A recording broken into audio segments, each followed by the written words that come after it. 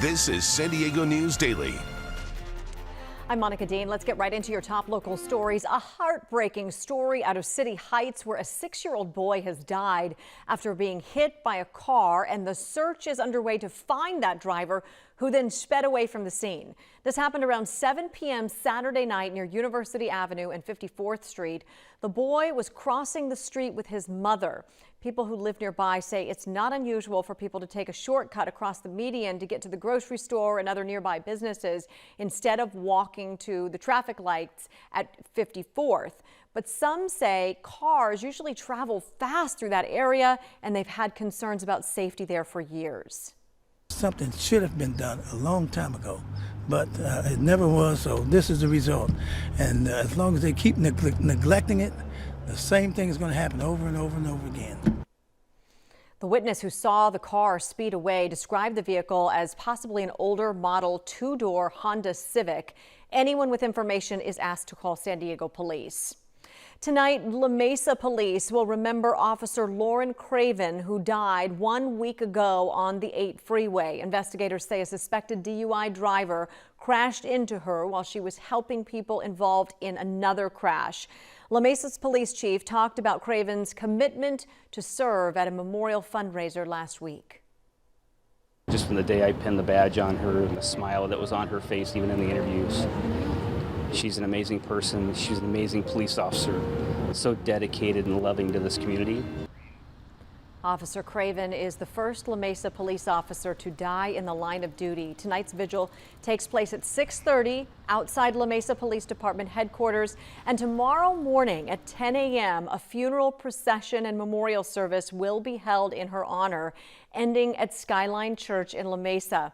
You can watch it live on NBC7's streaming channel. A popular stretch of beach in Oceanside is getting a big makeover. Each spring, the Army Corps of Engineers dredges the harbor and then dumps the sand back on the beach south of the pier to help combat erosion and keep the harbor safe for boats. But the sand only goes so far. NBC7's Audra Stafford explains the new steps being taken by the city to bring back the shoreline. Keeping sand on the beaches here in Oceanside is an ongoing challenge. As you can see right now, it is about half sand and half rocks.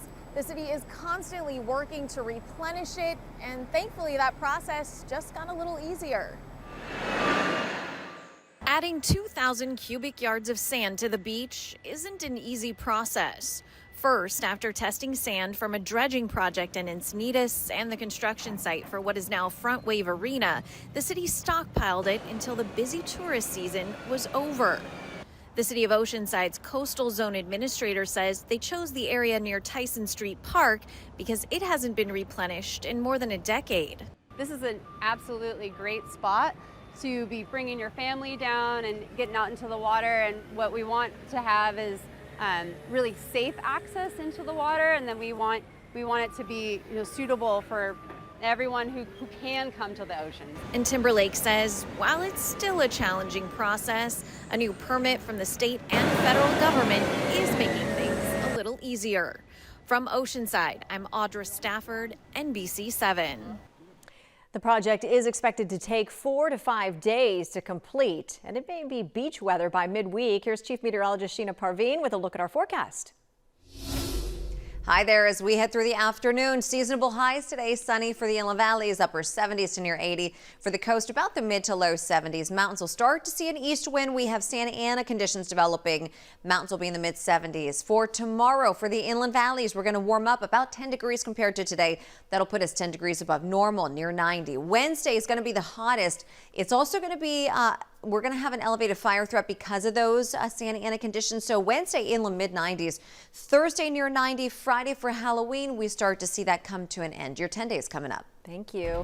A scary situation for 2 men in Bay Terraces as masked intruders broke into their home in the middle of the night. We have the latest on the search for the suspects. And a security guard was nearly killed on the Embarcadero over the weekend as a local cruise was disembarking. We have video of the altercation and the latest on the suspects taken into custody. Stay with us.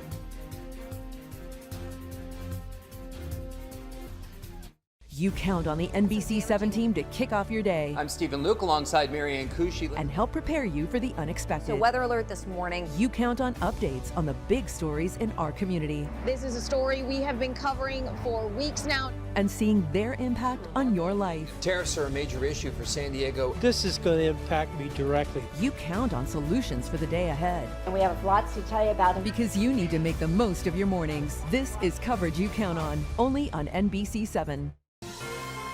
This is San Diego News Daily.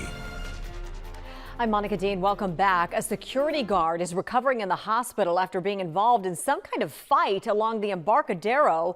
2 people now face felony assault charges in connection with the incident. Witnesses took video as it happened just after midnight early yesterday morning on North Harbor Drive near City Cruises as people got off the boat. Harbor police found a security guard unconscious, not breathing, and without a pulse. Police were able to revive him. 39-year-old Ernesto Molina Jr. was arrested for the attack on the guard. Then 48-year-old Claudia Mendiola de Franco was arrested for assaulting Molina. Anyone with information about this is urged to contact police. The search is underway for 2 men accused of holding 2 people hostage as they robbed their Bay Terraces apartment. Police say they wore ski masks and forced their way in around 4:30 Saturday morning. This happened on Paradise Valley Road near the Sweetwater Reservoir. Investigators say the pair held 2 men inside at knife point while they ransacked the apartment and stole money. We spoke with a neighbor who heard this happening. My dogs start barking. Their door was open and somebody closed the door because they heard the dog barking. I didn't think nothing of it. I went back to lay down, but when I went back to lay down, it sounded like boom, boom, boom, boom, boom, like you can hear movement. I heard them break the door. I just thought maybe somebody was bamming because they was locked out. I had no idea that they was being robbed. I have kids here. I don't feel safe because what if they would have thought it was the wrong house and came into my house? Like, it's just not a safe, it's just so scary. That's scary. Police don't have a detailed description of the robbers. If you know anything, give them a call. In Santee, there is now more around-the-clock fire protection on the southwest side. A new temporary fire station opened this week in hopes it will help cut emergency response times by half. The city of Santee allocated $2 million for the new Fire Station 20. It's not permanent. The temporary building has living and workspace for firefighters there. Fire trucks, paramedic equipment, and personnel have been reassigned to the station. It's an area considered underserved there in the past. You know, to get that critical paramedic care to somebody in 4 to 5 minutes versus 9 to 10 minutes can change outcomes. So while this one is temporary, there are hopes of building a forever home for Station 20. We have some renderings here. You can see them of what the permanent Fire Station 20 will look like. Santee City Council is still working on finding the $20 million in funding needed to build it.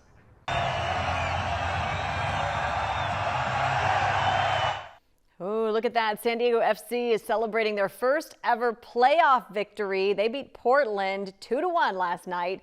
It's the best of 3 series, so the 2 teams will face off at least 2 more times before the next round. The next match is Saturday in Portland. We'll have a look at your weather forecast right after this. It's not just a donation. It's a warm blanket. It's a bottle of clean water. It's a roof and a bed. It's knowing someone cares. It's feeling safe. You said today, that's better than yesterday. Every dollar you can spare helps so much more than you can imagine.